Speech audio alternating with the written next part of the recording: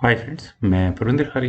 Friends, आज की हमारी गेम अंशुल वर्मा जी की एक वीडियो रिक्वेस्ट की है। उन्होंने मुझसे सन 1998 में हुए एनर्जी गैप के 9th राउंड के गेम के ऊपर वीडियो बनाने के लिए कहा था। आई थिंक ये गेम चेकोस्लोवाकिया में खेली गई थी और खेलने वाले खिलाड़ी थे डेविड नवारा और उनके सामने थे जेन हेल्पिक या हेल्बिच, जो भी कहेंगे। तो फ्रेंड्स, देखते हैं। काफ़ी इंटरेस्टिंग गेम है, मीन्स काफ़ी कॉम्प्लेक्स गेम है। पता नहीं दोनों खिलाड़ियों ने इस तरह के मूव किस तरह से निकाले, खासकर डेविड नवारा ने। तो यहाँ गेम की शुरुआत की डेविड नवारा ने E4 के साथ, तो C5 सिसिलियन डिफेंस है। यहाँ जेन हेल्पिक ने शुरू किया। I think senior stands for SR।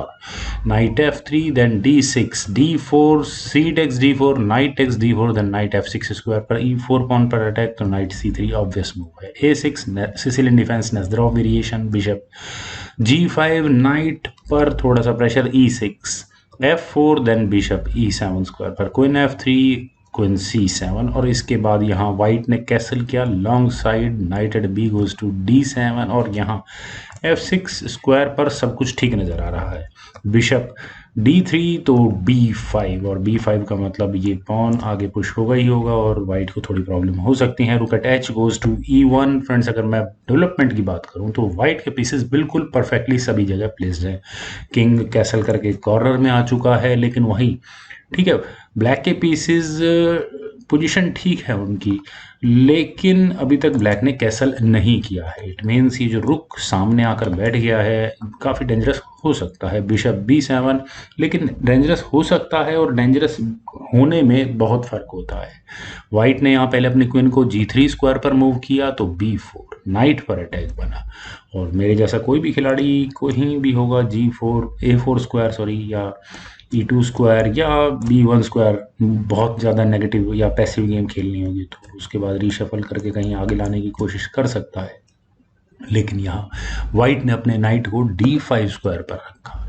It means यहाँ व्हाइट की इंटेंशंस इस ई फाइल को ओपन क्लियर कराने की है, लेकिन इतना आसान नहीं है। अगर आप यहाँ देखें तो उसका खुद का अपना पॉन, ओपोनेंट का पॉन, बिशप, ठीक है, पॉन साइड हो जाएंगे लेकिन बिशप तो फिर भी रहेगा। अब मैं ब्लैक के पॉइंट ऑफ व्यू से बात करता हूँ। ब्लैक यहाँ देखेगा कि ये नाइट पॉन के ऊपर रखा गया है। इट मीन्स अगर नाइट से नाइट लिया जाएगा तो ज़्यादा फायदा होगा, या पॉन से नाइट को लिया जाएगा तो फायदा होगा, क्योंकि ये नाइट छोड़ा नहीं जा सकता है। बिशप से इस नाइट को लिया जाए तो फायदा होगा। क्यों नहीं छोड़ा जा सकता? क्योंकि यहाँ इस नाइट का क्वीन पर अटैक है। तो ब्लैक अब क्या करेगा? तीन ऑप्शंस हैं, या तो ई पॉन, नाइट या बिशप। चलिए एक कर तीनों को देखते हैं। अगर यहाँ ब्लैक बिशप टेक्स D5 करता है, इस नाइट को बिशप से लेता है, तो ये गेम किस तरह से आगे बढ़ेगी? व्हाइट की प्लानिंग वही होगी ई टेक्स D5 करने की, और वो यहाँ अपनी इस ई फाइल को क्लियरली ओपन करवाना चाहता है, नथिंग एल्स। तो ब्लैक यहाँ कर सकता है बिशप टेक्स D5, लेकिन इसके बाद बिशप E4 होगा, और आप यहाँ देख सकते हैं कि नाइट विन होगा और उसके बाद रुक, और जब तक ब्लैक अपने इस रुक को बचेगा, रुक जाएगा B8 स्क्वायर पर, तो उसके बाद बिशप टेक्स D5 होगा, और फिर वही समस्या भी सामने आकर खड़ी हुई है।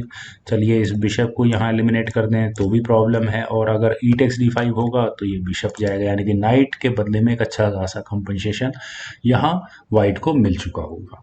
तो दूसरी ऑप्शन को कंसिडर कर सकते हैं। अगर यहाँ व्हाइट का नाइट, ब्लैक नाइट अपने नाइट से ही लेता है, नाइट टेक्स D5 करता है, तो उसके बाद E takes D5, bishop takes D5, bishop takes C7, king takes C7, knight E5 check. यहाँ इस ई पॉन के पिन होने का पूरा फायदा उठाया जा सकता है, और अभी ये किंग कहाँ जाएगा? कम से कम F8 स्क्वायर पर नहीं जा सकता, अदरवाइज ये पॉन चेकमेट या रुक चेकमेट ही होगी। किंग D8 स्क्वायर पर ही जाना होगा। देन क्वीन G5 चेक होगा, किंग के लिए बचेगा C5, C8 square, then knight E7 check होगा, किंग के लिए होगा B7 square, then knight takes D5, e takes D5 होने के बाद यहाँ आप देख सकते हैं क्या क्या होगा। ये तो पहले तो पॉन जाएगा, यहाँ पॉन, बहुत सारे पॉन खतरे पर है, लेकिन ब्लैक वाइट यहाँ पहले कर सकता है रुक E7, वो यहाँ पहले इस नाइट को पिन कर सकता है कुछ अच्छे ही तरीके से। खैर फ्रेंड्स, गेम इतनी सिंपल नहीं थी। यहाँ ब्लैक ने इस नाइट को अपने पॉन से लिया, ई टेक्स D5, सिंपल है। तो मुझे ऐसा लगा कि वाइट भी यहाँ ई टेक्स D5 ही करेगा, लेकिन वाइट ने यहाँ किया E5, नाइट पर अटैक बनाया, D takes E5, F takes E5, दोबारा नाइट पर अटैक बना, तो नाइट कहाँ जाएगा? नाइट के लिए या तो बहुत ज़्यादा पैसिव स्क्वायर आता है, खैर, या फिर ये नाइट वापस जाएगा, या नाइट H4 स्क्वायर पर जाएगा, यहाँ H5 स्क्वायर पर। यहाँ ब्लैक ने अपने नाइट को H5 स्क्वायर पर प्लेस किया, क्वीन पर अटैक बना, और मुझे ऐसा लगा कि शायद वाइट ने बहुत बड़ी गलतियां कर रखी है। क्वीन पर अटैक आया है तो क्वीन को बचना चाहिए था, क्वीन के लिए बचेगा मेरे ख्याल से तो h4 स्क्वायर ही होगा। Then bishop takes g5, queen takes g5, और एक क्लियर पीस के एडवांटेज में यहाँ ब्लैक होगा अपने इस जी पॉन को आगे पुश करने के बाद। बट टू माई सरप्राइज यहाँ डेविड नेवारा ने किया था e6, asking for queen exchange, queen sacrifice क्या है मुझे नहीं पता। नाइट टेक्स g3, कौन छोड़ेगा इसे। ई टेक्स f7 चेक, आखिर ये नाइट क्वीन सेक्रीफाइस क्यों किया गया था वो अब समझ में आता है। अब ये किंग कहाँ जाए, अगर ये किंग d8 स्क्वायर पर जाता है तो ये नाइट यहाँ इस e6 स्क्वायर पर जाकर फिर दोबारा फॉक लगाएगा, और अगर यहाँ ये किंग f8 स्क्वायर पर जाता है फिर वही फॉक वाली चेक आती है। मान लो अगर यहाँ ब्लैक अपने किंग को d8 स्क्वायर पर लेकर जाए भी तो रूक टेक्स c7 होगा और फिर दोबारा वही खतरा तो भी मंडरा रहा होगा, और आप देख सकते हैं कि फिर किंग मूव होता है तो क्वीन प्रमोट हो जाएगी। तो ब्लैक ने यहाँ किया किंग टेक्स f7, देन रूक टेक्स e7 चेक। किंग के लिए बचा है सिर्फ और सिर्फ 8th रैंक, किंग है g8 स्क्वायर पर। यहाँ ये f8 स्क्वायर पर तो आ ही नहीं सकता, अदरवाइज ये नाइट फिर दोबारा वही फॉक लगाएगा। देन h टेक्स g3, और अब जाकर ये नाइट लिया, और मेरे ख्याल से ब्लैक बहुत एडवांटेज में है, ऐसी कोई वजह नहीं है। ब्लैक अगर यहाँ सिर्फ h6 ही कर दे, इस बिशप पर अटैक बना दे तो ही गेम में बहुत कुछ हो जाएगा। कुछ देर के लिए ठीक है, यहाँ ये नाइट पिन है क्वीन से, और उसके बाद बिशप पर भी अटैक बनेगा।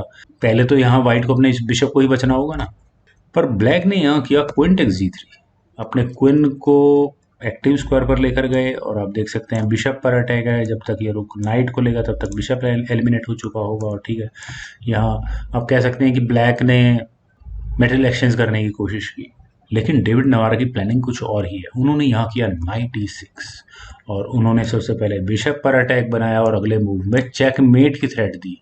ये चेकमेट कौन एक्सपेक्ट कर सकता था। यहाँ रुक को बस g7 स्क्वायर पर लेकर आना है और ब्लैक को यहाँ चेकमेट हो जाएगी, अरेबियन चेकमेट। क्वीन गई e5 स्क्वायर पर यहाँ इस g7 पॉन का डिफेंस करने के लिए, तो रुक गया f1 स्क्वायर पर, और फ्रेंड्स यहाँ ये रुक f1 स्क्वायर पर। चलिए मेरे ख्याल से तो ब्लैक अभी भी यहाँ h6 के ऑप्शन को कंसिडर कर सकता था। सबसे पहले तो वो कोशिश करता अपने इस रुक को बाहर निकालने की, अपने किंग के लिए थोड़ी बहुत जगह बनाने की, लेकिन ब्लैक ने यहाँ किया नाइट f8। इस मूव की क्या जरूरत थी, किसी भी तरह से यहाँ जेन हेल्बिक मेटेरियल एक्सचेंज करवाना चाहते हैं। बिशप f5, अपने इस नाइट, अगर मान लो यहाँ नाइट एक्सचेंज होते हैं तो बिशप बस चेकमेट ही कर देगा, तो बिशप c8 पहले यहाँ ब्लैक ने किया, देन रुक e8, और उन्होंने यहाँ इस बिशप को ही पिन कर दिया है। और अब क्या खेला जा सकता है, बिशप b7 ऑफरिंग रुक एक्सचेंज, तो व्हाइट ने यहाँ किया बिशप e6, और फ्रेंड्स बिशप e6 का मतलब है अगले मूव में चेकमेट, क्योंकि इस किंग के जाने के लिए कोई भी स्क्वायर नहीं है। ब्लैक अब यहाँ क्या क्या मूव कर सकता है, सबसे पहली ऑप्शन जो ब्लैक के पास है वो h टेक्स g6 की है, लेकिन अगर यहाँ से ही गेम आगे बढ़ेगी तो रूक टेक्स f8 चेक होगा, किंग के लिए h7 स्क्वायर बचेगा, देन रूक टेक्स h8 चेक, और यहाँ ये मेट होगी। तो ब्लैक के पास दूसरी ऑप्शन और क्या बचती है, वो यहाँ किसी भी तरह से व्हाइट के बिशप को इस f7 स्क्वायर पर नहीं आने दे सकते।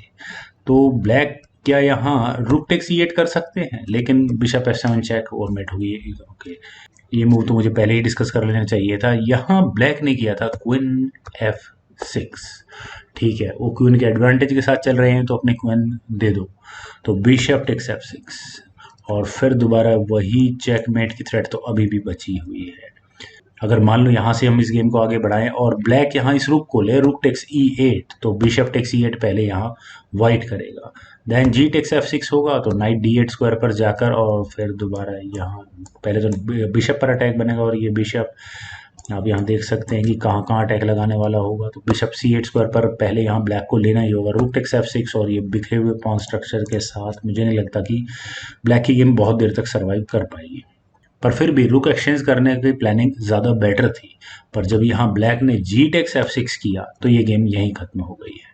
रुक टेक्स f6, और रुक टेक्स f6 होने के बाद अगर मान लो ब्लैक यहाँ h टेक्स g6 करता है तो उसके बाद rook takes f8 check, king h7 square पर ही जाएगा, रुक टेक्स h8 चेक, और यहाँ ये मेट होगी। तो ये बिशप तो व्हाइट के लिए कोई प्रॉब्लम ही नहीं है, ये सेफ है। ब्लैक ने यहाँ किया था rook takes e8, but no use, bishop f7 check, और यहाँ ये मेट, क्योंकि इस नाइट ने इस g7 स्क्वायर को कवर किया हुआ है। फ्रेंड्स कमाल का कॉम्बिनेशन है। मैं सही बताऊं तो सही मायने में मुझे भी इसे एक्सप्लेन करने में बहुत प्रॉब्लम हो रही है। आखिर डेविड नवारा ने इस तरह की कैलकुलेशन, इतनी अजीबोगरीब कैलकुलेशन कब कर ली? इतनी फंसी हुई थी, कुछ भी किसी भी तरीके से मेटल एक्सचेंज होना शुरू हो सकता था। और अगर वो एक बार भी ब्लैक सही तरीके से मेटल एक्सचेंज कर लेता तो वाइट यहाँ कम से कम 1 या 2 पीस तो कम से कम डाउन होता। पर फिर भी डेविड नवारा की कमाल की गेम थी। तो फ्रेंड्स, मुझे उम्मीद है कि आपको ये वीडियो ज़रूर पसंद आई होगी। तो आप लोग इस वीडियो को लाइक करें, शेयर करें और मेरे इस यूट्यूब चैनल से को सब्सक्राइब ज़रूर करें। आपके कमेंट्स का मुझे बेहद इंतजार रहेगा। Thank you for watching and bye for now.